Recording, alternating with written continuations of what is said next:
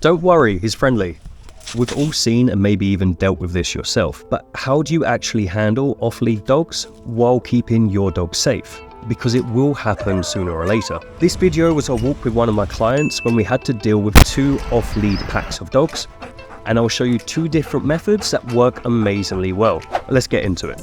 I hear this dog charging us. The first thing you should do is put yourself between the approaching dog and your dog, ideally putting your dog behind you. This is to help communicate that to the other dog that is approaching, you are protecting or claiming your dog, as well as forming a barrier between the 2. Next thing we do is make eye contact and take a sharp step towards them. Watch his body language change every single time I do this. After I do that, he backs off, and then the second dog comes out, giving him a confidence boost. I reposition between both dogs and do the same thing again. Now, this works because it is showing confidence to a dog. Dog's survival instincts is to chase and hunt. If you run, you are acting as prey. Dogs will take advantage when your back is turned, and you will see that in a moment. With the second dog coming out, I am not worried about that dog that is barking. I would be worried if he was quiet and he had his mouth closed or his lip was raised. Dogs will close their mouths before going in for a bite. Because of this, I reward Luca with a toy in a calm way to let him know he's doing a good job. This also gives him something else to focus on. But because I turned my back, the other dog progressed forward. The dog came too far into my space, so I turn around and make a noise to step into him. The noise before the step can help interrupt a specific behavior.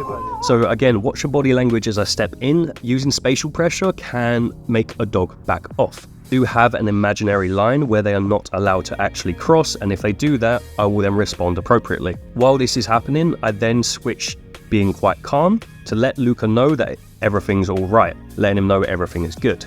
If you make a dramatic scene, this will stress out your dog even more, and the last thing you want your dog to do is panic. So Luca's body language is nice and he's got a job to do, he's good.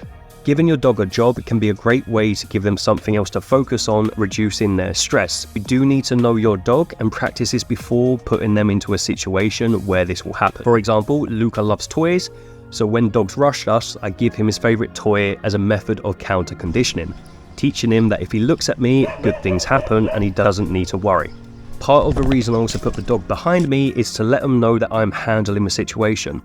Sometimes dogs that are a bit more anxious or fearful feel the need that they need to protect themselves, not necessarily protecting you. Whereas if you are the one that steps up and lets them know that you can handle a situation, that can massively help reduce stress.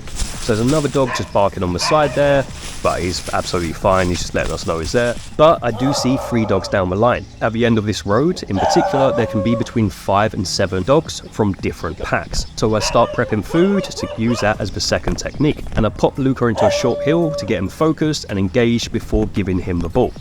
Luca. Good boy, buddy. Good. Oliver. Luca, Oliver. Good. This street dog in particular, I've called him Wolfie, he is a very, very chilled dog, so I give him food. Throwing down treats for the other dog can be great to move them out the way or get them to split attention from you, causing that spatial boundary. While you shouldn't give strange dogs random food, because just in case they have allergies, also owners shouldn't really be letting their dogs run over to you and causing a dog fight, so just something to think about. While Wolfie's chill, the other dog is not. So again, I move Luca to the other side of my body, putting myself in between them and creating that invisible line that the dog is not allowed to cross, and if they do, I will take a step towards them in a very confident way. 2 more dogs come out, but I'm not worried because Wolfie is there and he's calm. Because he's already there, they don't come closer. Wolfie here has actually attacked or corrected another dog because they tried to charge us before. Because of that, I always feed him when I see him, and we now have quite a good relationship. If he sees us, he'll come over, we'll say hi, he ignores my dog, which I think is great for training. So by being calm, being confident, and rehearsing this with your dog prior to the situation can go a very, very long way. You can also use treats as a distraction, which I think is a great idea if you're not interested in actually applying spatial pressure and making the other dog feel uncomfortable. But ultimately, I think it is way more important to put your dog first. If you're not going to advocate for your dog, they will feel the need to advocate for themselves. And that is where a lot of problem behaviors come up. If you enjoyed this video or found it helpful, please subscribe. I'm on our way to 1,000 subscribers and I want to help as many dogs as possible, specifically in Cambodia.